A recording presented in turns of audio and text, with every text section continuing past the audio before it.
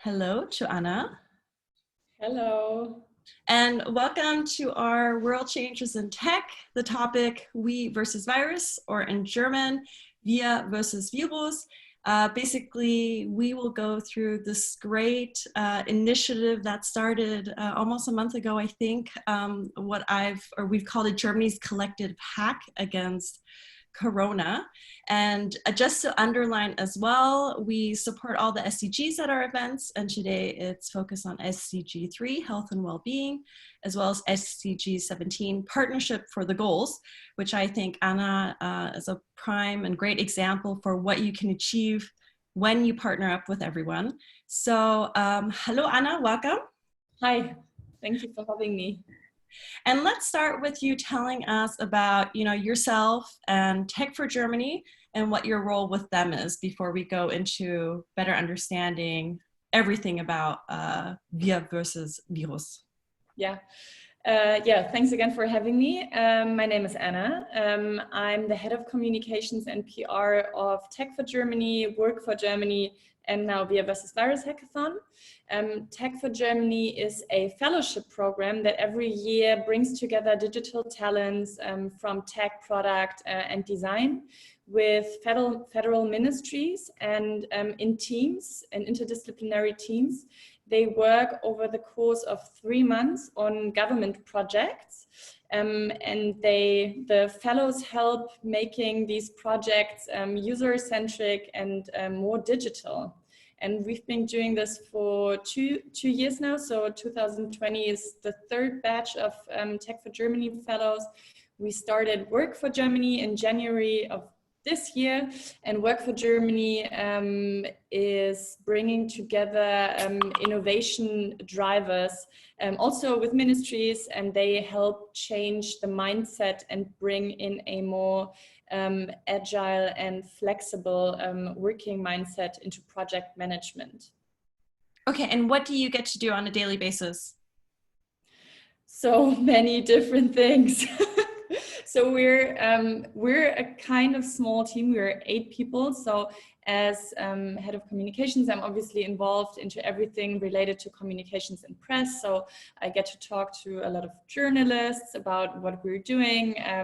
I get to oversee our websites, our external communication when it comes to social media, but I'm also involved in, like, maybe I can call it internal communication. So communication between our organization and the fellows, between us and the ministries, and all kinds of things. So I sometimes, although I don't have a lot of time, I sometimes even hop on applications, and I attend interviews for our new fellows, because it's always really great to see who's applying for Tech and Work for Germany.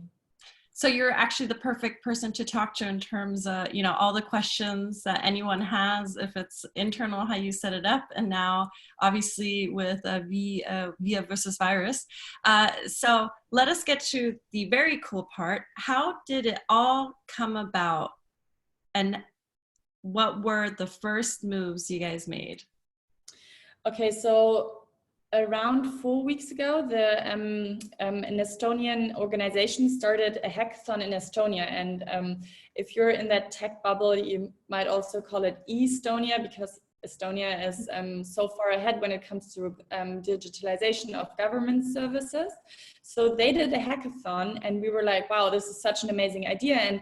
And kind of everyone in our tech digital bubble followed the hackathon and was like, wow, why don't we bring that to Germany? We all kind of witnessed that a lot of people in our networks started working on solutions, and we thought we need one digital space where we bring them all together, so they can network, so they can give each other feedback, so they can maybe progress their ideas, consolidate them. And a lot of people were tweeting about it, and then we kind of said, hey, maybe you should just write a concept and approach the federal chancellery, asking them if they want to become patrons of the whole initiative. And on Sunday, 3 weeks ago, we had a first very very easy intro call with another organization, with Adriana, actually from Prototype Fund and Code for Germany, and she was like, yeah, let's do it as well. So we started writing a concept, and we sent it to the Federal Chancellery, and that might sound a bit crazy, just sending it to the Federal Chancellery, but it is, I think it's more easy to understand if you know that Tech for Germany is under the patronage of the Federal Chancellery throughout the whole year. So we already have a contact there, and we know that they're very keen on starting new projects. So we kind of send it to our contact, who's Kirsten Rolf, and she got back to us Monday morning saying, yeah, the Federal Chancellery is actually really interested and they would like to become patrons. And then basically from Sunday to Monday, we formed a group of 7 initiatives, and we had our first kick-off call on Monday evening. And we were kind of thinking, okay, what does it need? Like, what kind of working packages do we need to establish? Who is going to be leading which working package? Mm-hmm. And from there on, we just started working. So on Tuesday, we then got the feedback that not only the Federal Chancellery, but that the whole German government would act as patrons. So on Tuesday or Wednesday, it was introduced in the cabinet where all ministers are sitting, as well as Angela Merkel, and they approved of the initiative. And then we got the final feedback, yeah, you can, like, the whole German government is going to support the hackathon. And we did a logo, we set up a website, and then on Wednesday we launched, and on Friday we actually started the hackathon. And to go, I mean, that's amazing, right? So you guys went from Sunday to Thursday and setting it up, and obviously because you had, you know, the right network.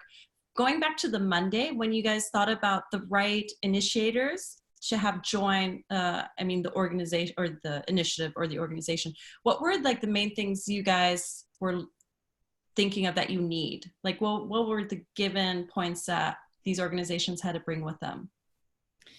I think in the first instance, we were just looking for people who are really eager in like setting it up and like kind of committing to bringing the whole organization in to actually bring the hackathon forward, because we knew we had only 4 days to set it up, and we knew that would, like, Estonia did it in like 24 hours. So we were kind of like, if we have 4 days, we can probably manage. But we were just kind of looking for people who had a very strong organizational mindset and skill set, and who were just like very hands-on. And then one soft factor that we didn't think about very consciously, but that very much contributed to the success of the hackathon, is that I think we work incredibly well as a team. So we're all impact-driven companies, and we're all nonprofit. It's very much about what we wanted to achieve, and just putting all the time we had behind the project. And then that actually worked out really, really well, because obviously with Tech for Germany, we had, like, with Christina, who's our CEO, she has an amazing project management skill. She in the end oversaw 100 people. Like, our organization grew from kind of 7 people to 100 people in 4 days. And then we had very strong partners in Project Together, Impact Hub Berlin, in kind of organizing the whole community and selecting the challenges and organizing them. And we had D21 and Zend, who were very, very strong with bringing the right network in. So we needed a lot of supporters, we needed a lot of mentors.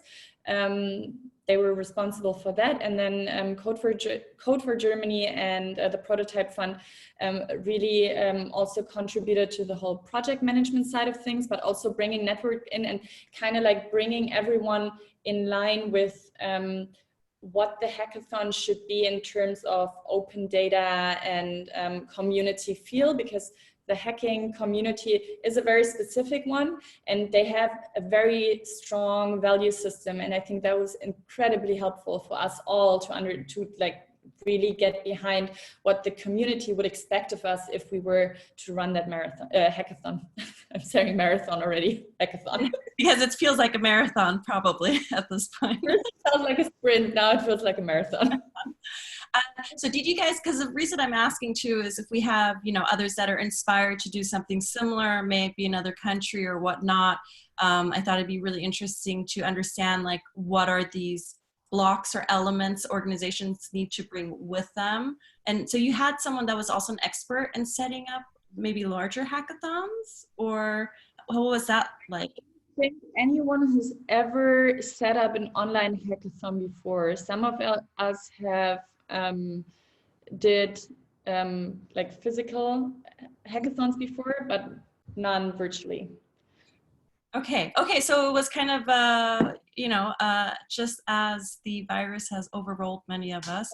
Yeah, we had like an intro call with Estonia who gave us advice, and we're also very much about sharing this advice. So we, like in the week after the hackathon, we did an international phone call where we very much in detail explained like all the steps we went through.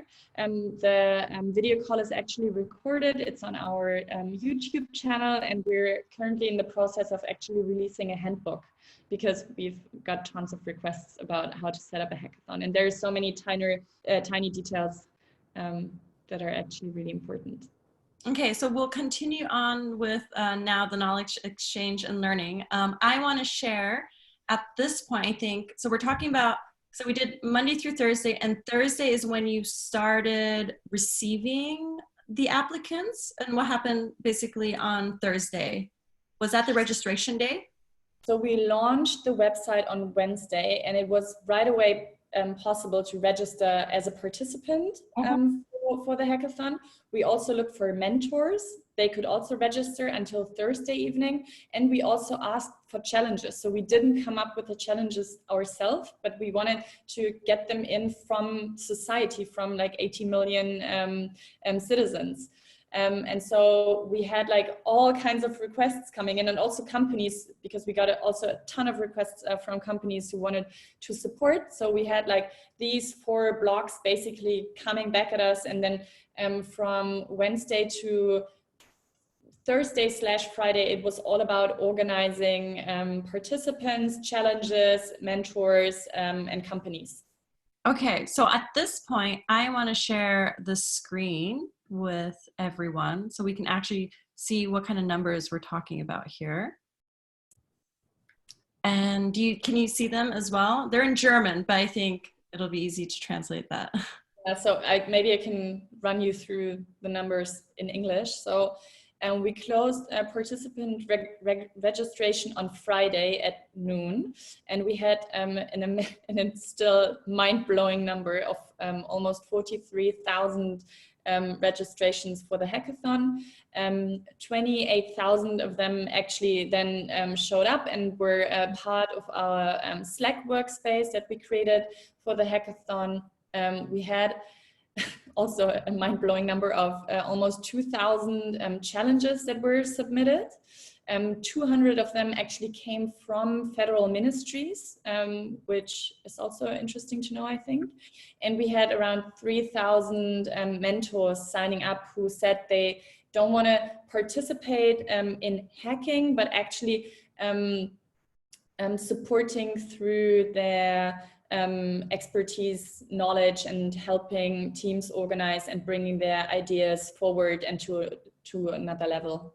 And we also, the number is not represented here. I think we had around 1,500 companies who also offered their support.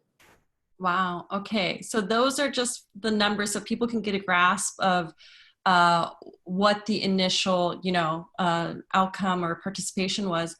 In terms of transparency, and to be honest, like, what was the golden numbers you guys thought would be like, hey, if we get this, then, we're making a statement? Yeah, they were way lower. So Estonia had, I think, 1,000 participants. So we were kind of like, okay, Estonia has around like 8 million inhabitants, I think. So if we have 10,000 participants, that would actually be mind-blowing. And then there's this like very funny, in hindsight, very funny screenshot of us being, because we all did it virtually as well, right? So we all did it through Zoom calls. None of us has ever met each other. Oh, Like, wow. yeah, I mean, like I've met my CEO, Christina, obviously we work together, but like apart from Christina, I've only met one more person. Like I've never seen the other ones in real life, and most of them haven't either. So we're like a completely new team. We've never worked together. Which is interesting, right? As in terms of behind the curtains, what probably a lot of people didn't realize is, you know, you guys setting it up in 4 days, that you guys were also in this new territory of everyone's in home office and you have to figure out how to do this digitally. Okay, yeah. Amazing. Mm-hmm. Yeah. And there's this funny screenshot. So we did Zoom calls every evening, obviously, to update us on the numbers, etc. And on Wednesday evening, so around like 12 hours after we've launched the website and opened registration, we had, I think, 3,000 participants, or like registrations as participants.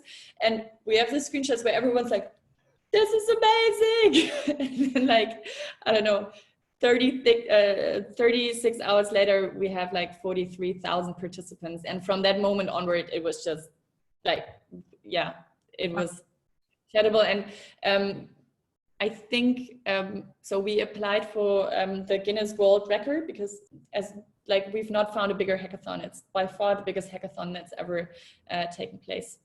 Happened globally, right? So hopefully that'll be something that can actually be supported and stated by the Guinness World Book Records. Yeah. Was there, I mean, I can imagine the picture of everyone going like, oh my God, cool, you know, we did this. But was there a point where you felt that maybe you guys could be overwhelmed? And is there anything that you guys then did to be like, okay, there's so many people at this point and so many things happening. This is what we, I don't know, have to add on to handle this group of people?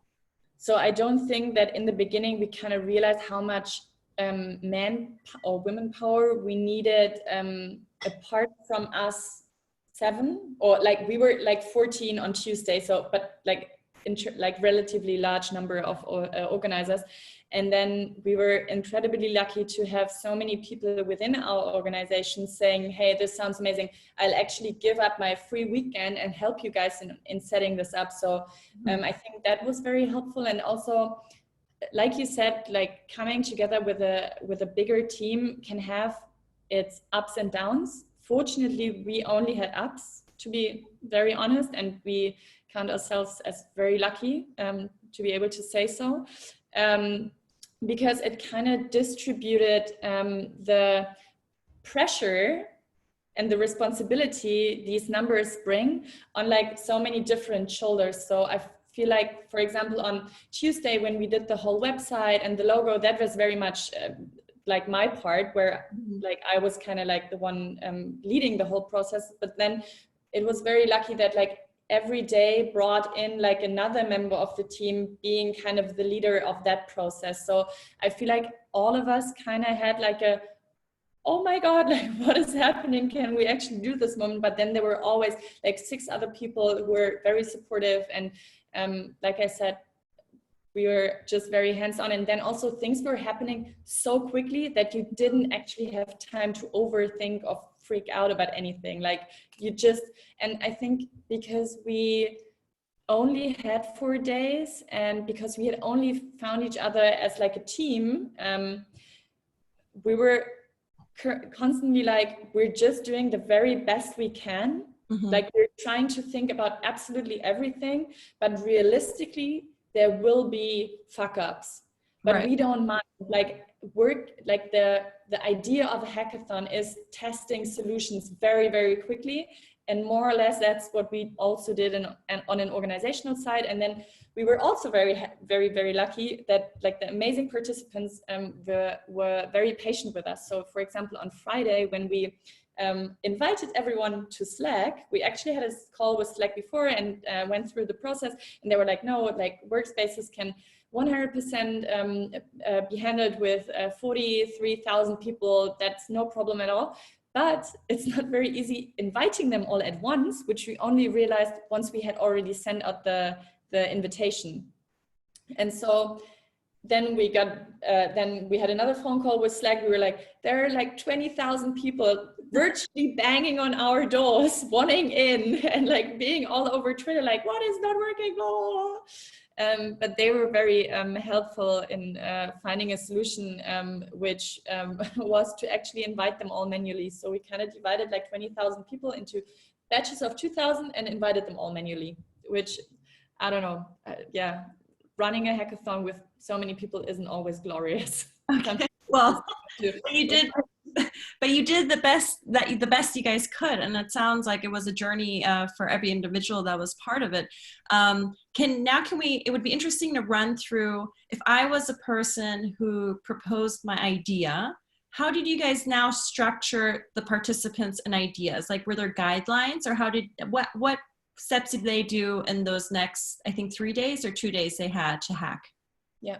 So the submission process for challenges closed on Thursday night. And then we had 12 hours, maybe a bit more, in actually going through all 2,000 challenges and kind of clustering them into topics, because we were very broad. We didn't set out narrow questions beforehand, but we were just asking about challenges in the areas of politics, economy, education, social, you name it, but very broad. And so we then had a team of 60 people going through 2,000 challenges and actually clustering them. And one like very crucial point is organizing Slack in a way that kind of that is able to actually accommodate all participants and all challenges, and providing a structure that makes it more or less easy, if you can say so, if there are 40,000 people, to find the challenges they're looking for. So beforehand, we had a whole team, and they did an amazing job in actually coming up with a structure for Slack and setting up channels for every individual challenge. And there is a limit, I think, per channel, if I'm correct here. So we even set up several channels per challenge, because we didn't know how many people actually wanted to be part of one challenge. And that was very crucial. And then, as we didn't allow teams to register as teams, we only allowed individuals to register. They actually then came into Slack, and that was a mess. Like, it was definitely chaotic, but it worked out in the end, and they found each other in teams within their Slack channels. How did you solve that, though? Was it just pure communication and telling people, go through the categories that you like the most, and each category can have only up to so many people? Like, were there some limitations that you guys set? Or how did they find the right? I think in the beginning we said teams shouldn't be bigger than 4 to 6 people, but we weren't strict on actually, like in the beginning, I think most teams were 4 to 6 people strong, but then we also had a lot of mentors. So that is actually very important. So we were 7 people in the core organization team. Then we had another 100 who were kind of like in the broader organization team. And then we had these 3,000 mentors. And because we kind of realized we have such a high number of participants, we also need moderators. Mm-hmm. So apart from those help, like supporting the teams with their skill set, we also just need people who are kind of helping organizers to organize people. And so we actually asked mentors, hey, would you also be interested in acting as moderators? And I think we had around 600 moderators. Mm-hmm. who only acted as moderators and who kind of facilitated team building and also merging of teams once they kind of realized teams were working on very similar things. So that kind of like very hierarchical structure very much helped us in getting like the decision that were made on top, like down to the basis. And these moderators, we kind of called them like our human chatbots, because they were so on point with all the questions that everyone asked, and they were so rapid in just like answering and like attending to questions.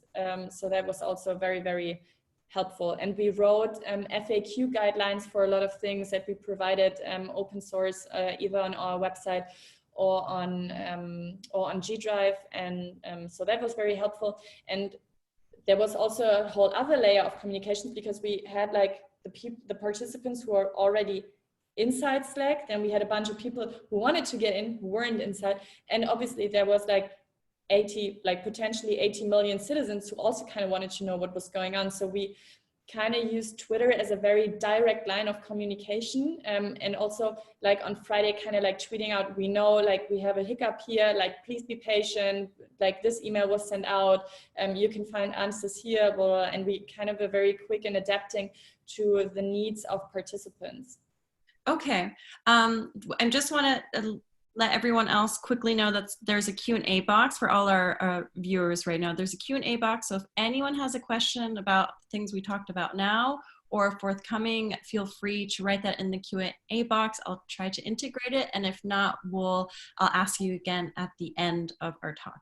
I had two more questions that just came to my mind. So the first one was, you were saying,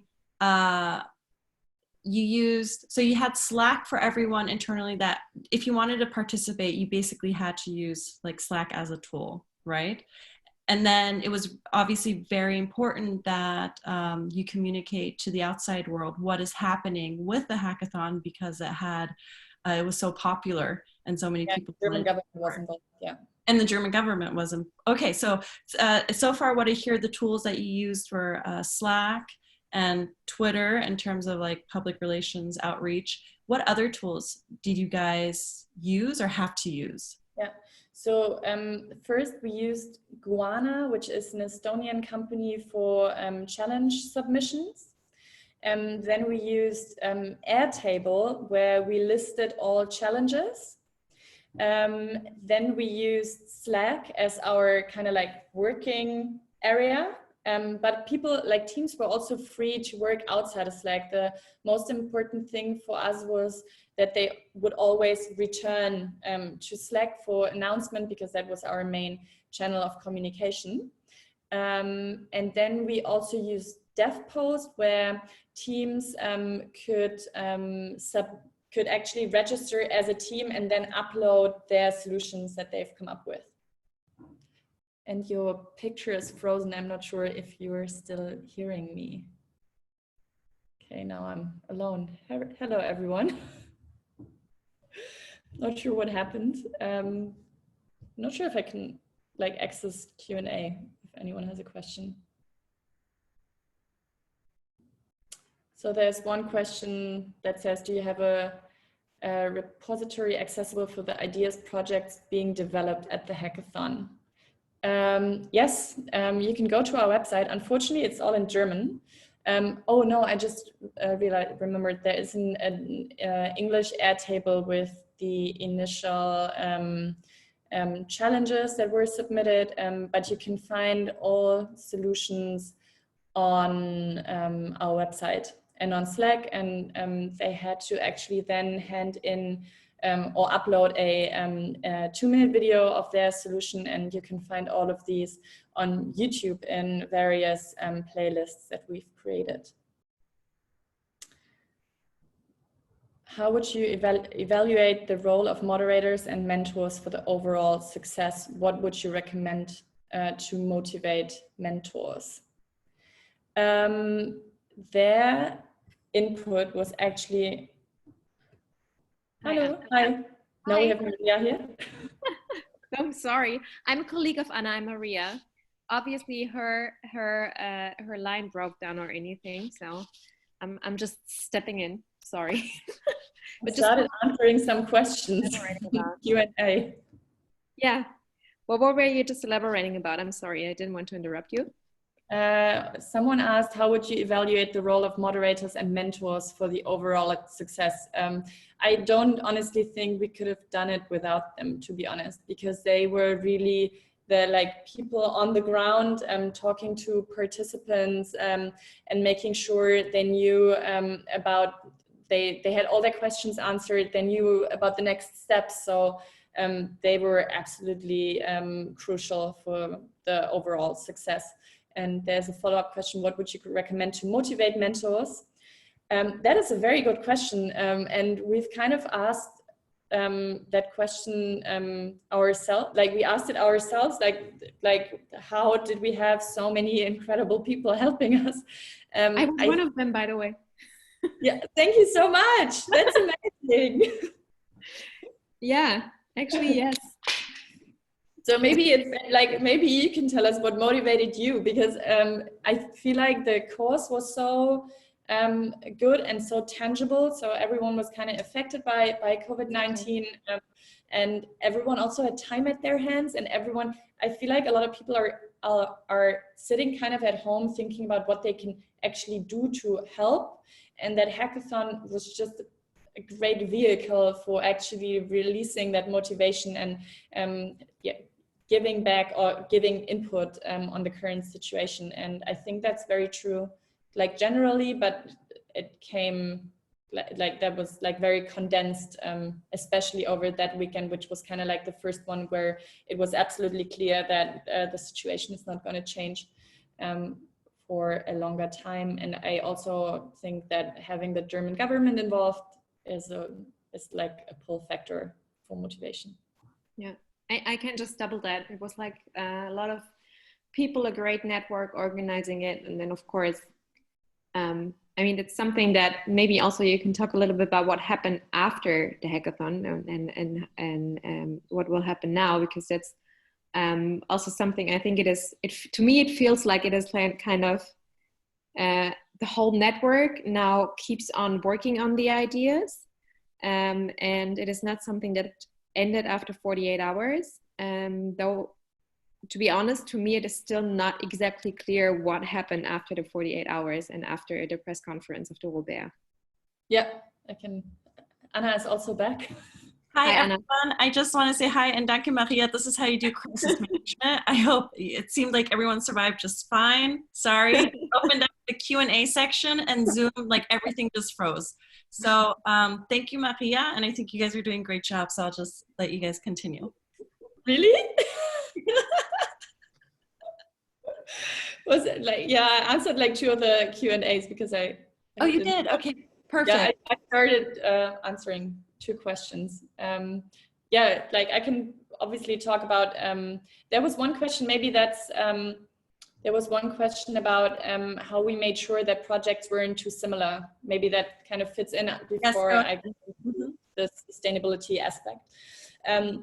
So to be very honest, like in the first like 12 to 14 hours of the hackathon, we kind of didn't, so, oh no, hang on, one step back. So with the submission challenge, we obviously looked at all the projects and kind of consolidated those ideas that were similar, and there were a million ideas that were similar. So we obviously put them into one challenge, which just made sense. So we only wanted like one challenge with one topic.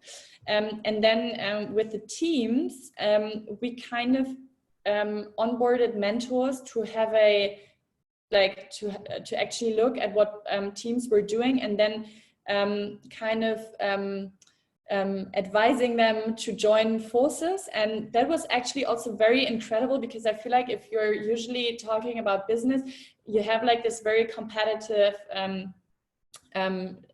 characteristic in mind, and that for some reason wasn't part of the hackathon. So teams were very, very open to actually come together. And I have this amazing, like a friend of mine actually participated, and she found out through a mentor after a couple of hours that there are 2 other teams who were working on the exact same idea. So they came together, and then they had a team of 30 people, and they were kind of able to focus on the back end, the front end, and the strategy or something. So, and that like still gives me goosebumps, because I kind of feel like that's how you should actually go about business, not seeing people who are doing similar things as competitors, but as people you can actually learn from and work together with, and yeah, like feed off each other's drive for a cause. And yeah, maybe that's also a good bridge to what we're doing now. So the hackathon for us from the very start was only starting point. So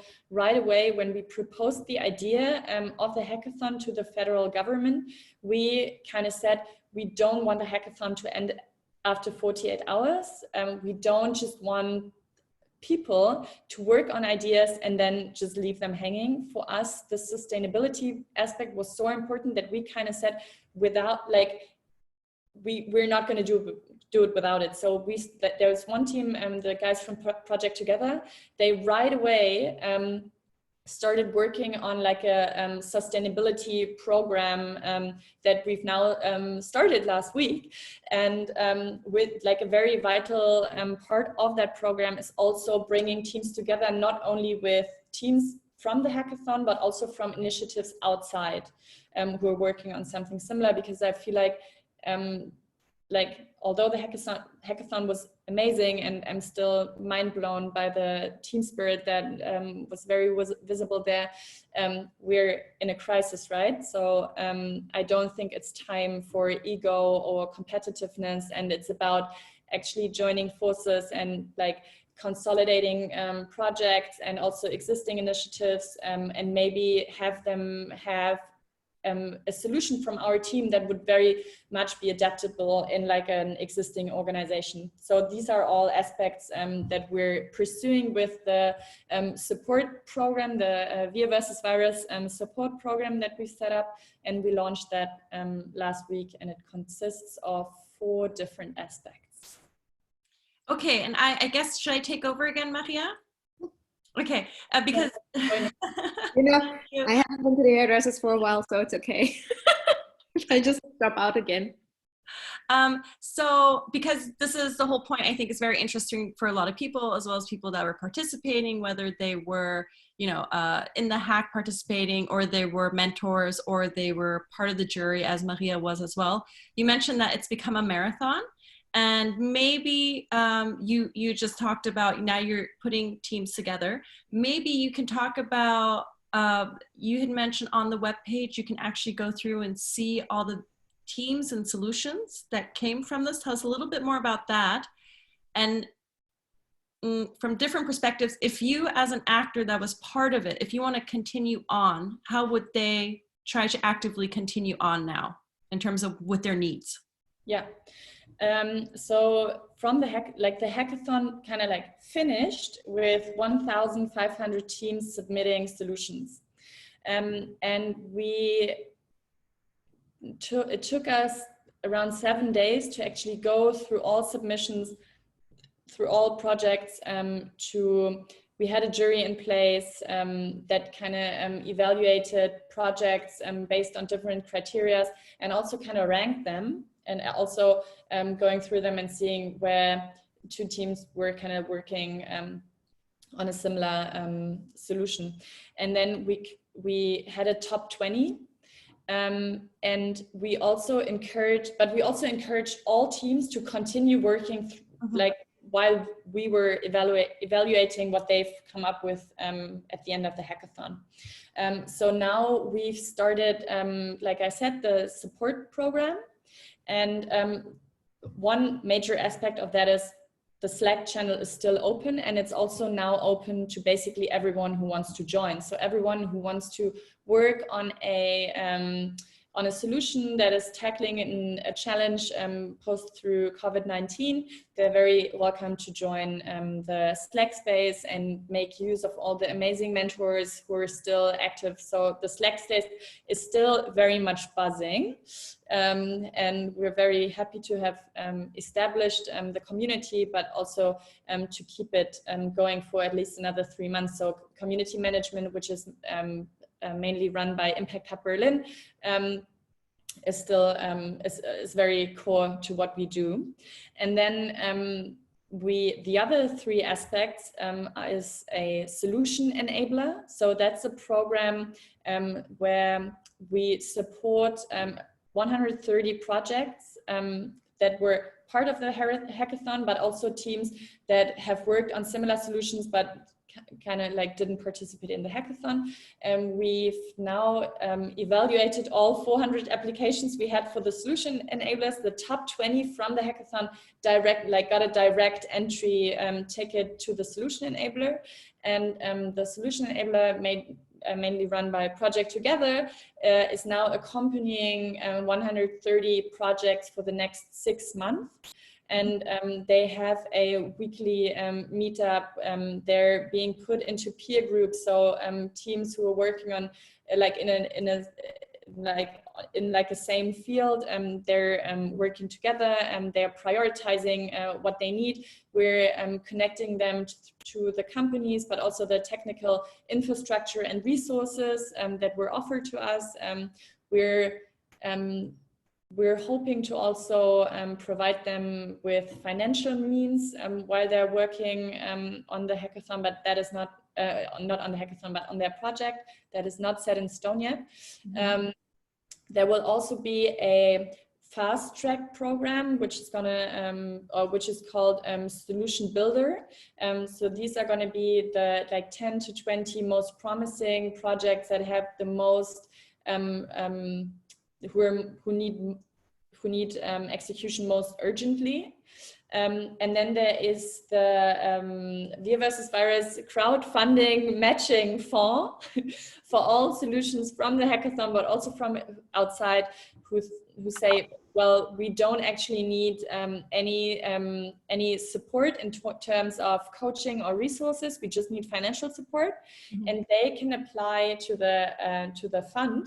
And the fund is structured in a twofold way. So there's a crowdfunding platform, and if you apply for the matching fund, then the money that is going to be put in by the public will get doubled. No, not doubled, but will get more money from the fund. So there are like basically like two ways how you can proceed.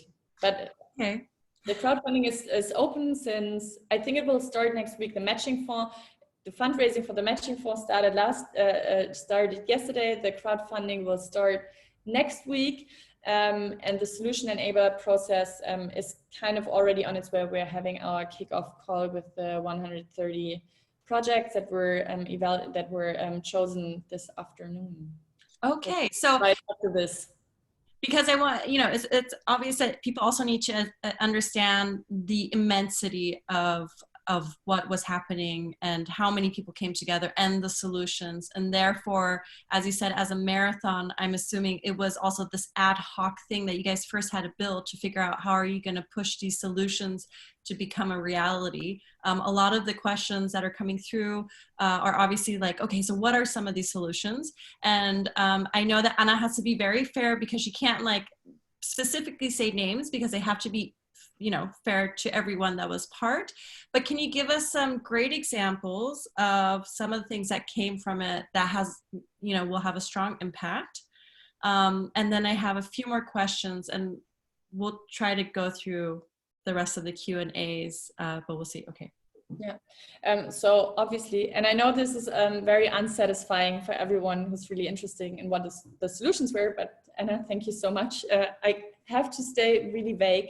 I can only encourage everyone to go on our website and look through the top 20, but also the 130 projects that were now chosen for the solutions enabler. So they're all on our website, and they were chosen because they're all very urgent, and that because we believe that they'll have impact. So it's very, very hard to single out like a couple of projects, but so there are projects who are tackling the resource problem. So how do we get medical supply? Like how do we kind of distribute medical supply better? How can hospitals communicate in a better way so that hospitals with loads of resources can actually ship their surplus to hospitals that are in need? So that's basically one area of solutions we've tackled. Then there are lots of solutions who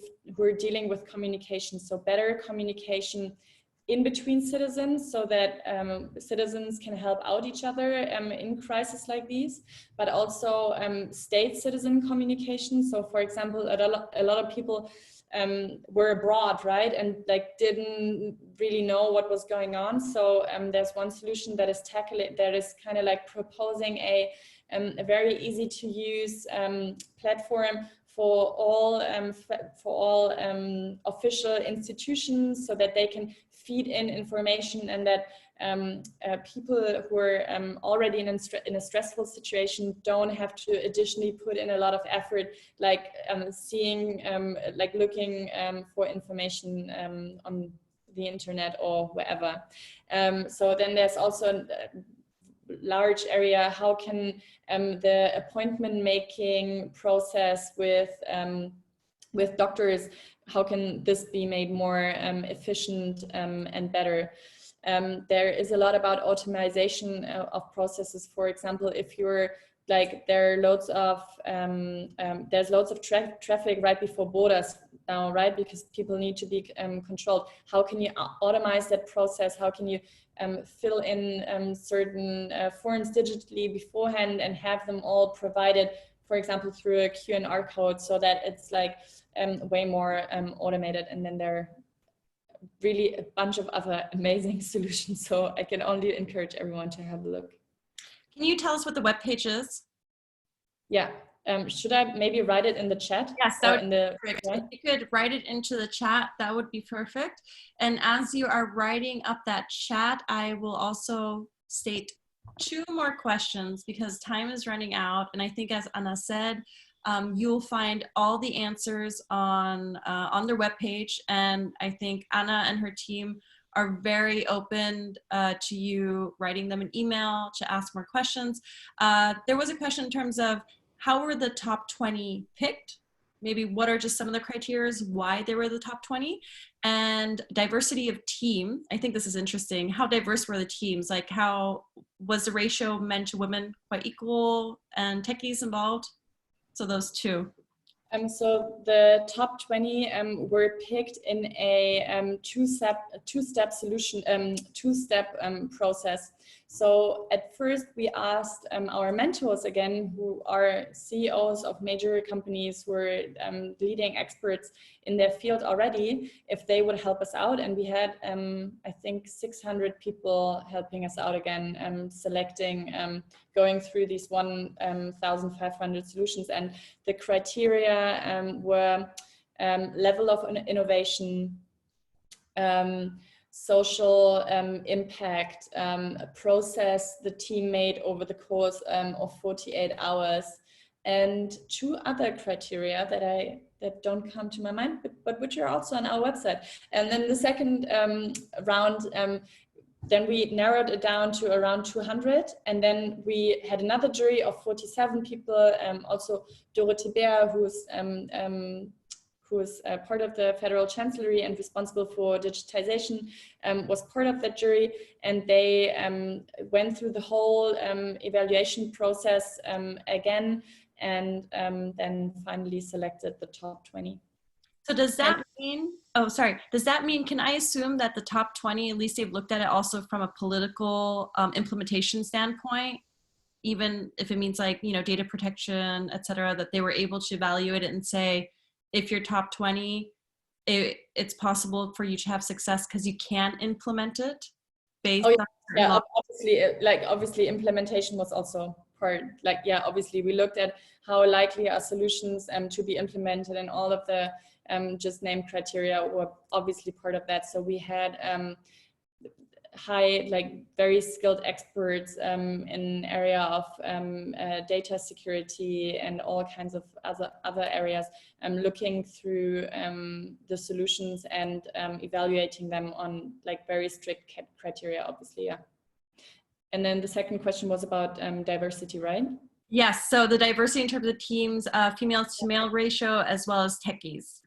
Yeah, so I know a hackathon, like to most people, is most likely to have loads of techies. However, like if you're looking at the term hacking, it's more about finding creative solutions in an interdisciplinary team.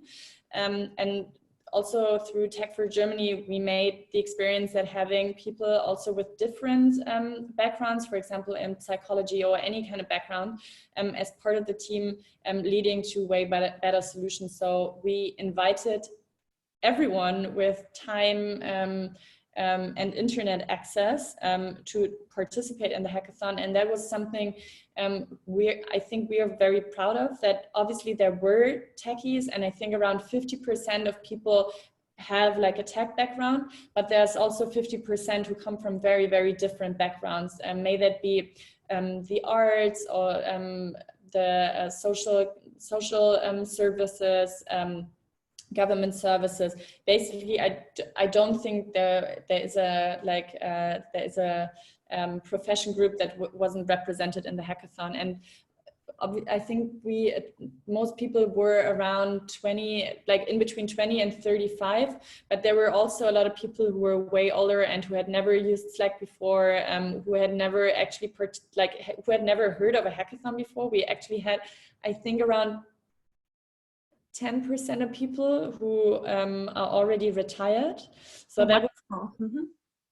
and the male-female ratio, I think, was 40 to 60. So 60% male and then 40% female, which I don't know, obviously I would have loved it to be 50-50, but I feel like for a hackathon, that's already great success. And we didn't discriminate like in any way. We just everyone was allowed to participate. So and one has to, I have to say, I think as a mom, if you're a mom and you have a family, then the weekends might have been a little harder to just, be hard. I'm not saying that it is a reason, but maybe, some things.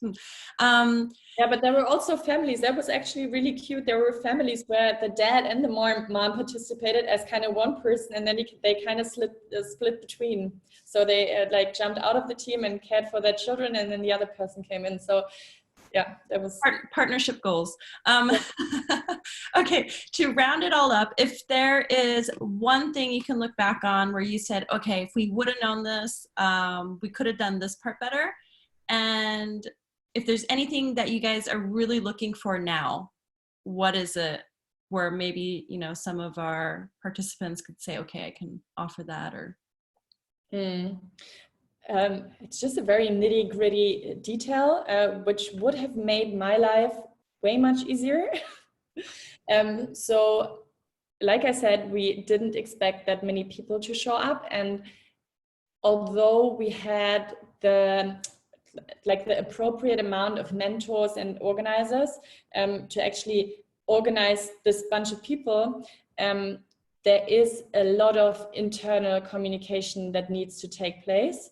And for my sake, if I would do it again, I would draft way more emails beforehand and not do it on the go basically, and finding someone who would do that. So I think, yeah, that was something we kind of didn't expect. And then also one thing maybe, so we knew we had that many participants and that we would have a final call, but kind of the expectation grew over the weekend that we would end on a very with the bang basically.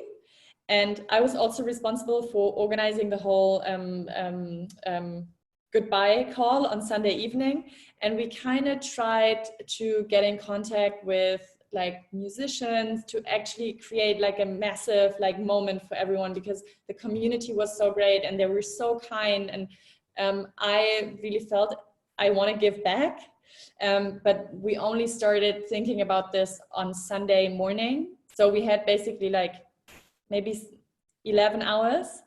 And so we didn't have a beneficial concert. And if everyone wants to have a laugh, go to our YouTube page, watch our final call, because we then got United We Stream, the Berlin club community, on board, and they have a stream every night of a DJ playing in a club, and we found that a very supportable cause. So we kind of redirected our stream to their stream, because we live streamed everything on YouTube. And so there is you kind of have to preset when the streams are going to switch. And because we started a bit late, our last couple of minutes are basically only a DJ playing a Griesmühle in the most incredible German techno. And that was just it made us all crack up. That was such a funny ending. And that was amazing. I love what they're doing, but it would have been nice to have a bit more of a more peaceful moment as an ending note for the hackathon. And what we're looking for now, So we're looking for people who are engaging with the fundraising for the matching fund. So if you're a company, if you're watching, if you think, wow, like I want to support a solution on a financial way, I think that's a very unique and new way also for the government to actually interact with citizens. So I find that a very good way. We are still looking for company support. So we already have a ton of companies who are supporting us with technical infrastructure or with their skill set, but that's also something we're still looking for. So for the 6-month solution enabler program, we're still looking for partners who want to support us financially or with their resources. Wonderful. And so with that, I think I want to thank you very much, Anna, for joining us and telling us a deep insight into the VIA versus Virus hackathon that you guys successfully put up, one of the world's largest hackathons, and wishing you guys all the success further with the marathon, because it's not stopping here. And I think that's the message, is it hasn't stopped. If anyone's interested, make sure you go to the webpage, which is VIA versus Virus hackathon.org. And also on Twitter, I think that's most often the most updated communication channel. It's VIA versus Virus hack. And with that, wishing you a wonderful rest of the hump day. And thank you so much. And we hope to see you again soon on World Changers in Tech. And with that, merci beaucoup, danke, thank you, and you guys all take care and stay healthy. Thank you so much. Thanks for having me, and thanks for everyone to listening in.